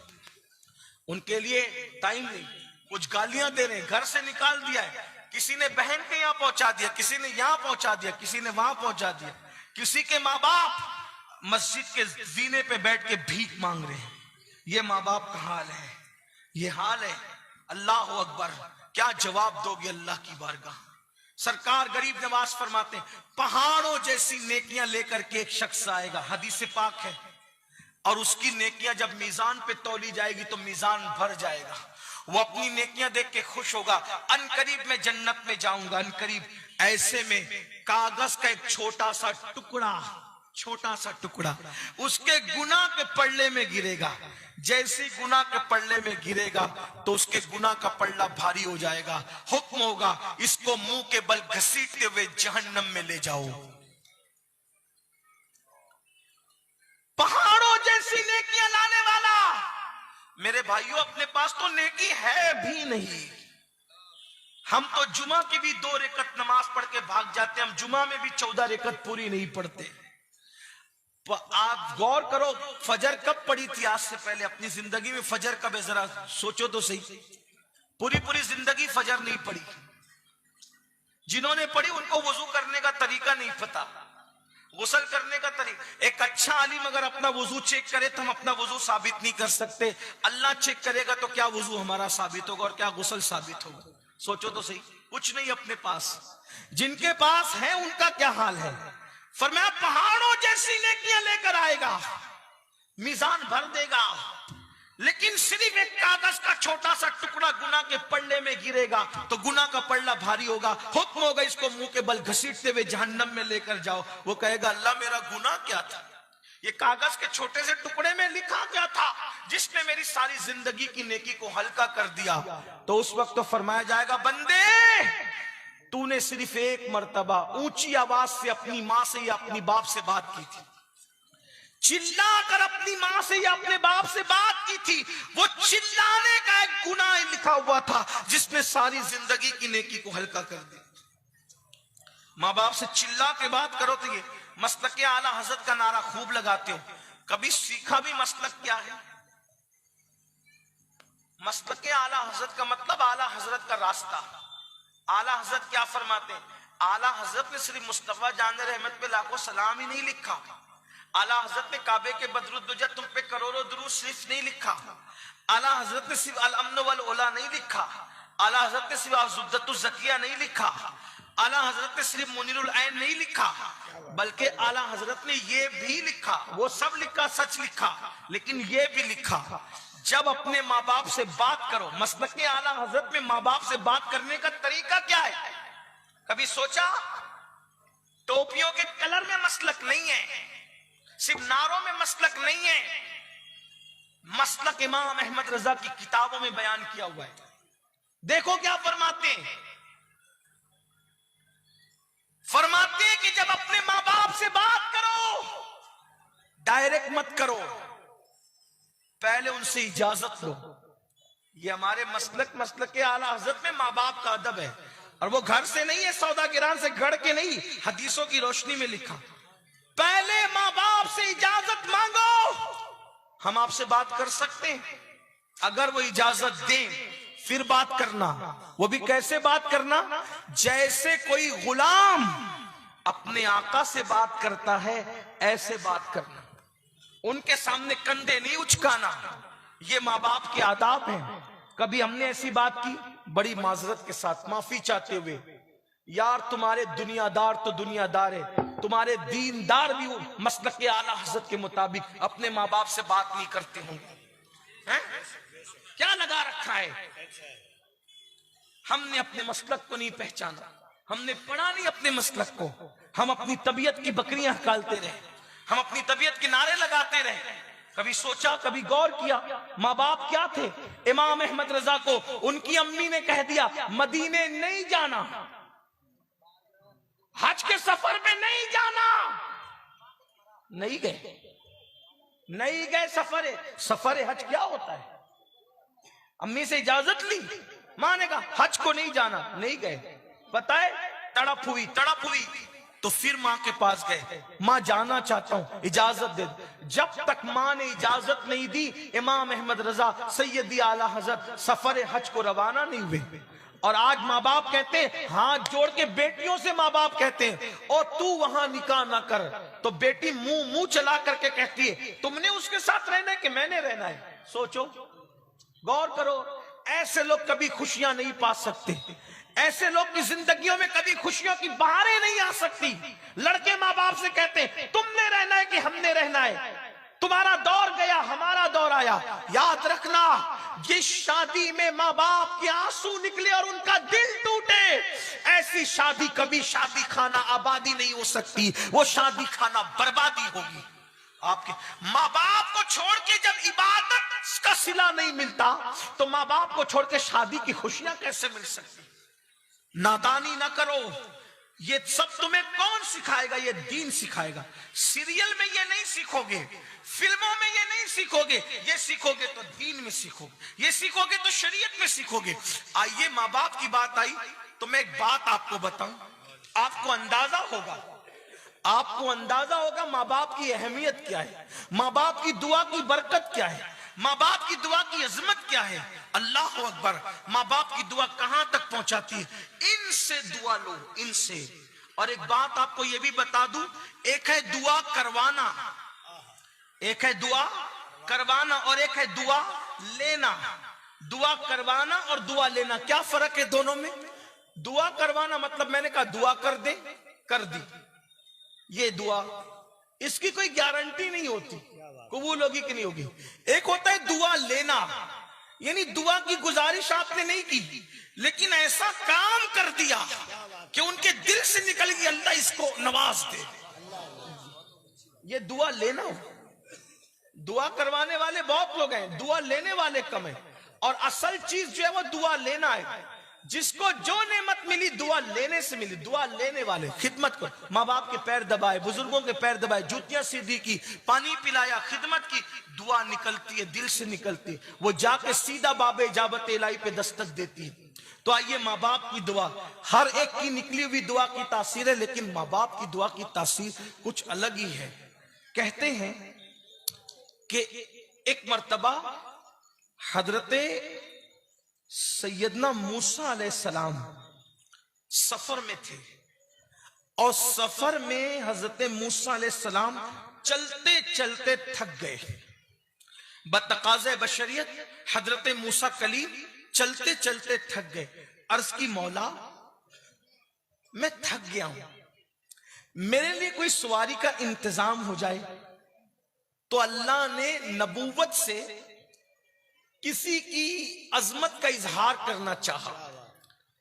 तो इरशाद हुआ कि मूसा आगे हमारा एक बंदा है, ये बात आप उससे कहें, उससे कह दें आपका काम हो जाएगा। हजरत मूसा गए तो आगे एक इंसान मिला, एक बंदा मिला। जब वो बंदा मिला तो हजरत मूसा कलीम ने उससे कहा मैं थक गया हूं और मुझे सवारी की जरूरत है। उस बंदे ने दुआ की, ए अल्लाह तेरा पैगंबर थक गया है, तू बादल जमीन पे उतार दे ताकि इनकी सवारी का इंतजाम हो जाए। तो क्या हुआ, बादल जमीन पे आया। उसने हजरत मूसा से अर्ज किया, ए अल्लाह के कलीम इस पर सवार हो जाए, आप जहां चाहेंगे ये बादल आपको वहां पहुंचा देगा। हजरत मूसा सवार तो हो गए। सवार होने के बाद आपने अल्लाह से अर्ज की, मौला ये बंदा एक आम सा बंदा दिखता है लेकिन इसकी दुआ में इतना असर है कि इसने बादल को जमीन पे बुलाया तो बादल जमीन पे आ गया।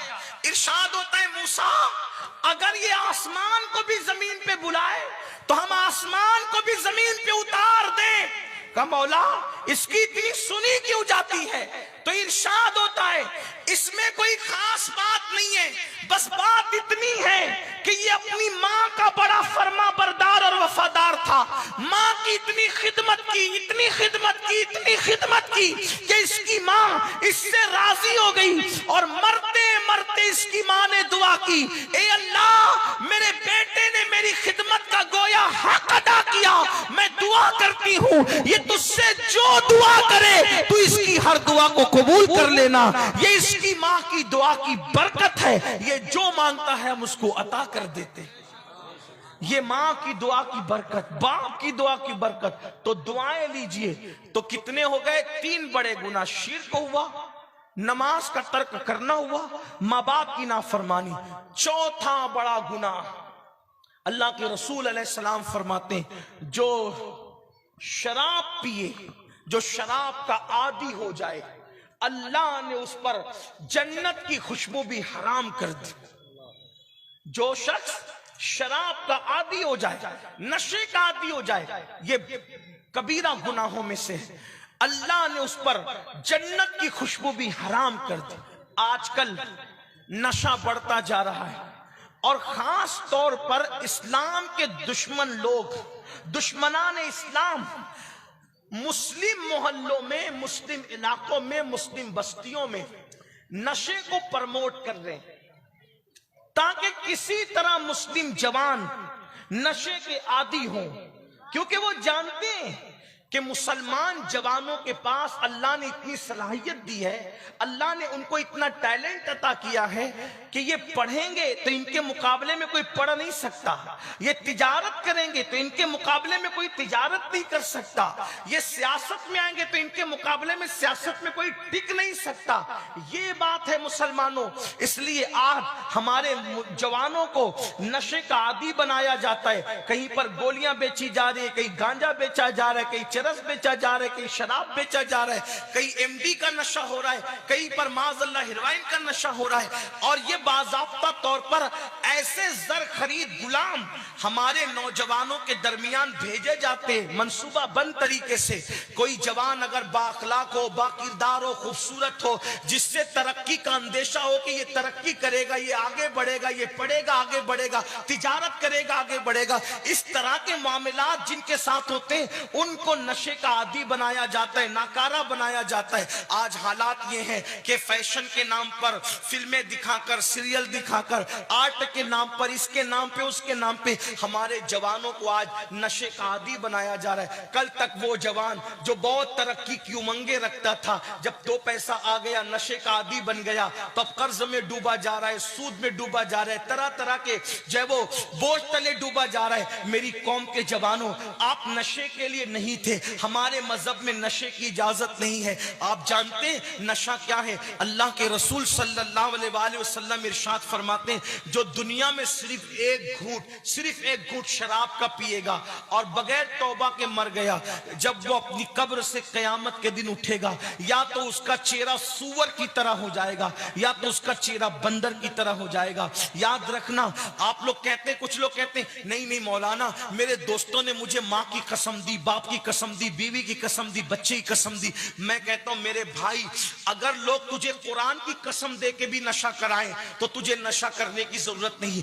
अगर तुझे लोग अल्लाह की कसम देकर भी शराब पिलाएं तो तुझे शराब पीने की जरूरत नहीं। इसलिए कि हराम कामों में कोई कितनी बड़ी कसम दे दे, तुझे उसकी कसम नहीं मानना, उस तरफ न जाओ। याद रखना, जब तक मुसलमान नशे से दूर थे, मुसलमानों, ये हिंदुस्तान पर 700 साल तक तुमने हुकूमत की, दुनिया में तुमने हुकूमत की। आज हमारे जवानों को दीन से हटाने के लिए नशे का इस्तेमाल किया जा रहा है, नशे का आदी बनाया जा रहा है। याद रखना, नशा पता नहीं तुम्हें कितना बर्बाद करेगा। नशा करने वाला कमाने के काबिल नहीं रहता, नशा करने वाला बीवी के काबिल नहीं रहता, नशा करने वाला जब माशरे में इज्जत के काबिल नहीं रहता, नशा करने वाला होश में नहीं रहता। याद रखना, बड़े बड़े करोड़पतियों को, अरबपतियों को जो है वो रोड पे आते देखा, नशे की वजह से उल्टी गिनती शुरू होती है। भाई आदमी जब नशे में रहेगा तो कमाएगा कैसे? आदमी जब नशे में रहेगा तो तरक्की करेगा कैसे? इसलिए याद रखो, आजकल ये भी कहा जाता है नहीं मौलाना अब नशे की आदी हो गए, नशा छूटता नहीं। मैं कहता हूं झूठ है, बिल्कुल झूठ है। किसने कहा नशा नहीं छूटता? अरे नादान, जब माँ का दूध छोड़ने पे छूट सकता है तो फिर कौन सी चीज है जो नहीं छूट सकती? माँ की दूध से बढ़ करके लजीज ग़िज़ा कौन है? जब इतनी लजीज चीज छोड़ी जा सकती है और छूटी जा सकती है तो वो शराब के कड़वे घूंट क्यों नहीं छूट सकते? इंजेक्शन क्यों नहीं छूट सकते? इंसान तू तय कर ले, मेरे भाई तू तय कर ले। और मैं अपने नौजवानों से भी कहता हूं, अगर कोई बंदा तौबा करके अच्छे रास्ते की तरफ आए, उसको ताने मत दो, उसको ढकेलो मत। याद रखना, कभी कभी ऐसा होता है कि सुधरने वाला सुधरना चाहता है लेकिन हमारा जालिम माशरा उसको सुधरने नहीं देता। मेरे आका सल्लल्लाहु अलैहि वसल्लम के दीवानों, अगर तुम नशा करोगे ना, हुजूर नाराज होंगे, हुजूर बेजार होंगे। अल्लाह के रसूल ने इरशाद फरमाया, जो नशा करता है अगर बीमार पड़े तो उसको देखने मत जाओ। अल्लाह के रसूल ने फरमाया, नशा करने वाला मर जाए, इबरत के लिए उसका जनाजा ना पड़े, ये फरमाया। हालांकि हम हनफी होने के एतबार से इससे बगावत नहीं करते कि कबीरा का कितना भी बड़ा मुर्तकिब होगा उसका जनाजा पढ़ा जाएगा। लेकिन अल्लाह के रसूल अलैहिस्सलाम ने जो है वो इबरत के लिए फरमाया कि जो नशा करते उनको बेटियां ना दो, बीमार पड़े देखने मत जाओ, वो कर्ज मांगे उनको कर्ज मत दो, भूखे उनको खाना मत खिलाओ, मर जाए उनके जनाजे में मत जाओ, क्योंकि ताकि लोगों को इबरत हो। मुसलमानों आज क्या हो गया है, तेजी से नशा बढ़ता जा रहा है। स्कूल पढ़ने वाले हमारे बच्चे नशे में डूब रहे, कॉलेज पढ़ने वाले बच्चे नशे में डूब रहे। नशे को क्या समझ रखा है, ये फैशन नहीं है, ये अंदर से आपको खोखला करता है, आपके फेफड़े खराब होते हैं, कैंसर का मर्ज पैदा होता है, बड़ी बड़ी बीमारियां पैदा होती है। एक बात आपको बताऊं, बहुत खास बात दिमाग में रख लो। आप बताइए खाना कितनी अच्छी चीज है, कितनी अच्छी चीज है खाना, खाने से कितना सब कुछ होता है। आप मुझे बताओ मेरे भाई, हमारा मजहब का निजाम यह है कि जो खाना इंसान की जिस्म की गिज़ा है, अल्लाह के रसूल अलैहिस्सलाम फरमाते हैं कि ज्यादा ना खाओ, ज्यादा ना खाओ, इसलिए कि ज्यादा खाओगे तो बीमार पड़ोगे। और अल्लाह के रसूल सल्लल्लाहु अलैहि वसल्लम ने ज्यादा खाने वालों के लिए क्या फरमाया, आका फरमाते हैं जिसको भूख नहीं है फिर भी वो खाता ही रहता है तो अल्लाह का अजाब उससे करीब है, अल्लाह का अजाब उसके करीब है। अब आप मुझे बताएं कि हमारे मजहब का मिजाज ये है, तब ज्यादा खाने से क्यों मना किया? ज्यादा खाने से इसलिए मना किया, ज्यादा खाएगा तो बीमार पड़ेगा। तो नादान, जो हलाल अच्छी ग़िज़ा अगर वो तुझे बीमार कर दे तो अल्लाह के रसूल उस खाने से तुझे मना कर रहे हैं। तो वो नशे की चीजें, वो शराब की चीजें जो तुझे कैंसर में मुब्तला कर दे, जो तुझे बीमारियों में मुब्तला कर दे, जो तुझे नामर्द बना दे, अब मेरे भाई बताओ उसकी तुझे कैसे इजाजत हो सकती है? और एक बात आपको बताऊं, अच्छी तरह याद रखना कि जब भी कोई इंजीनियर कोई मशीन बनाता है तो इंजीनियर अच्छी तरह से जानता है कि कौन सी चीज मशीन के लिए मुफीद और कौन सी चीज मुसीर है।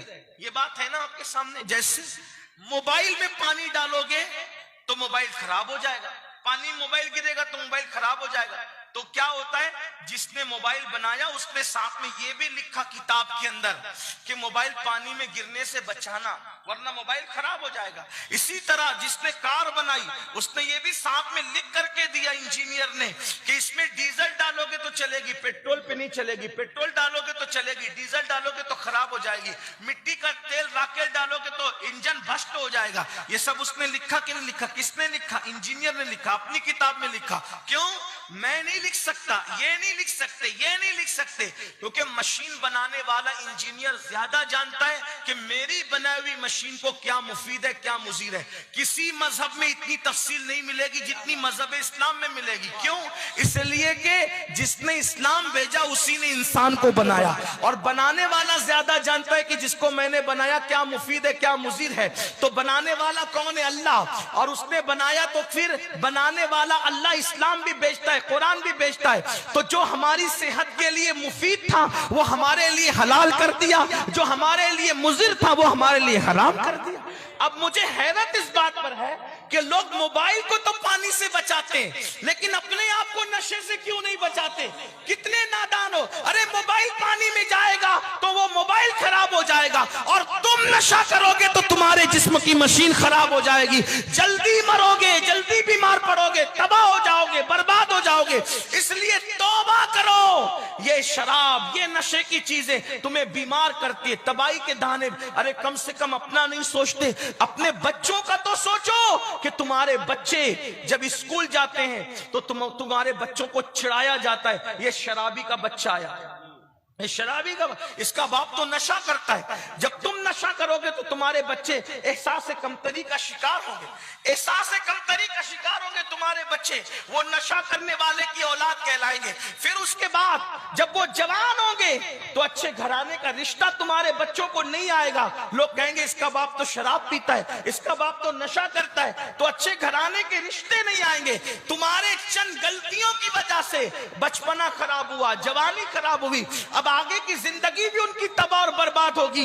इसलिए कम से कम अपने बच्चों का ख्याल करो, कम से कम अपनी बीवी का ख्याल करो, कम से कम अपने बच्चों के मुस्तकबिल का ख्याल करो। मुसलमानों याद रखो, सब कुछ अपने शौक ही नहीं है, सब कुछ अपना ज़ौक ही नहीं है। अल्लाह की बारगाह में तौबा करो, बदलो, इनकलाब पैदा करो। अल्लाह पाक इरशाद फरमाता है, अगर तुम बड़े गुनाहों से बचोगे तो अल्लाह तुम्हारे दूसरे गुनाहों को यूं ही माफ कर देगा, कफारा बना देगा, और अल्लाह ताला तुम्हें जन्नत जिसे कहते हैं इज्जत की जगह तुम्हें दाखिल फरमाएगा। मेरे प्यारे आका सल्लल्लाहु अलैहि वसल्लम के प्यारे दीवानों, आइए एक गुनाह का जिक्र और सुन लें, फिर मैं अपनी गुफ्तगू समेट लेता हूं।